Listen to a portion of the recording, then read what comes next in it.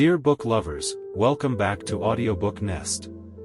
Today, we continue discussing this book, A Passion for Success, by Kazuo Inamori.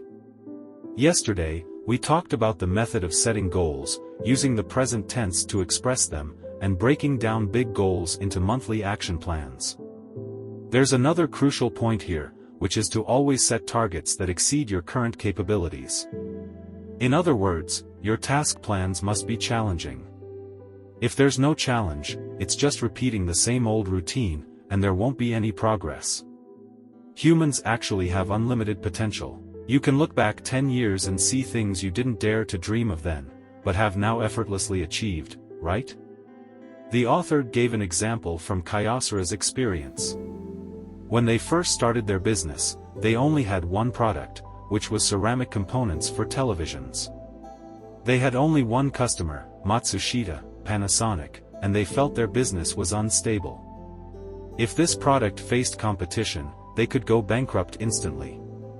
So their first thought was to diversify their customer base, to see what Hitachi, Toshiba, and others needed. But those companies had their own supply chains and didn't pay attention to them.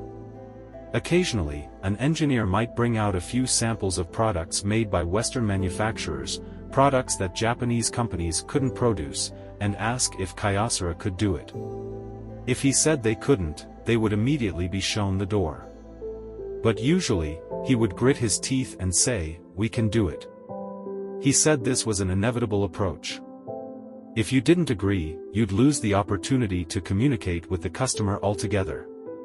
But this was a double-edged sword. Once you made big promises and accepted the job, but couldn't deliver, your reputation would be ruined. So you only had one road, to fulfill your promises. The problem was, when they said they could do it, they often didn't even have the equipment. Every time he brought such a task back to the company, he would face unanimous opposition from everyone. They thought it was simply impossible. But the author motivated everyone, saying that if they didn't have the equipment, they could borrow or buy second-hand. Maybe they couldn't do it temporarily, but he believed that as long as they worked hard in that direction, they would find a way sooner or later. And the fact is, many times, they completed tasks that were thought impossible. Raising the bar with each task forces self-improvement. We should be wary of staying in our comfort zone. Many things become routine after 6 months to a year, and you enter the comfort zone, where everything seems easy. At this point, you should find something new to do. If you stay in the comfort zone too long, you'll inevitably lose your fighting spirit and waste time. For a job, if you've done it effortlessly for 10 years, it doesn't mean you have 10 years of experience, but rather that you've wasted 9 years of your prime without much progress. This is a terrifying thing. You must understand that life is like rowing against the current. If you don't move forward, you'll drift backward. These 9 years may have seen many people run ahead of you. So, normally, you must challenge yourself. If you find no challenges and everything is easy, that's actually the biggest challenge in your life. The author always proudly states in his presentations that Kyocera's research and development projects have a success rate of 100%. This seems unbelievable, as it implies that every development is successful and there are no failures. But of course, there are failures.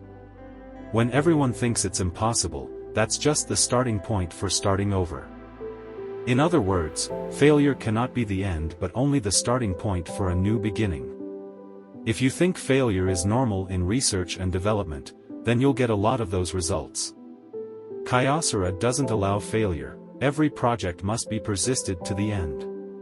So, this creates a psychological suggestion for researchers that they must find a way to make it happen. This puts people in a desperate situation and often brings out tremendous fighting power. Sometimes, failure is not irretrievable. The point of failure is often very close to success. It just requires persevering a little longer, and success can be achieved. Without the attitude of fighting to the end, it's often regrettable.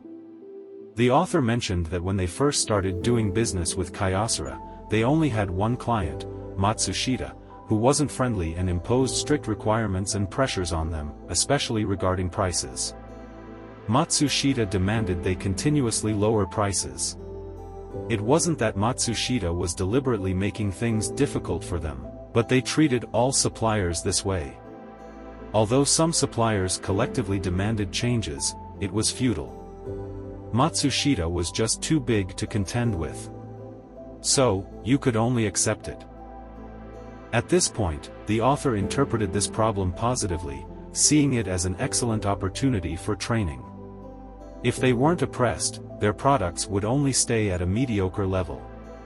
So, this life and death situation became a major test, and if they passed, they would succeed. Looking back now, he is very grateful to Matsushita. If it hadn't been for Matsushita pushing them into a corner, they wouldn't have succeeded today.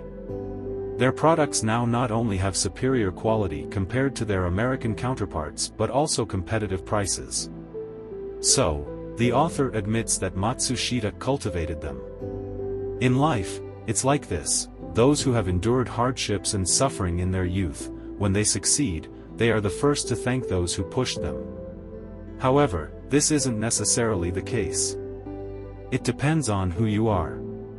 If you're someone who's ambitious, adversity can stimulate you to unleash tremendous energy. But if you're someone who's spineless, being struck down might only make you more despondent. Unfortunately, there are more of the latter in life. So, we hope that through reading, everyone listening will become the former type, growing stronger with every setback and becoming invincible like a cockroach. Don't become the latter type, who complains and despairs at every setback. If you have such people around you, try to keep your distance. Their negative emotions are a contagious disease. So, how do we judge these two types of people? It's actually easy to distinguish. The first type, when faced with difficulties, always looks for solutions first, always trying and experimenting hard.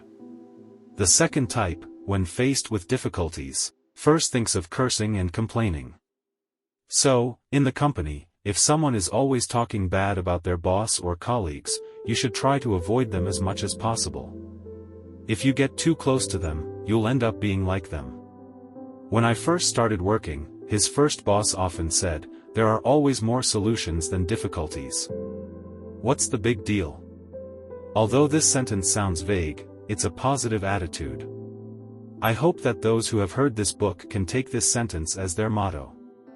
After talking about a positive attitude, tomorrow we'll talk about how the author pursues perfection in his work. See you tomorrow. If you enjoy Audiobook Nest, feel free to subscribe to my channel and turn on notifications so you won't miss any updates.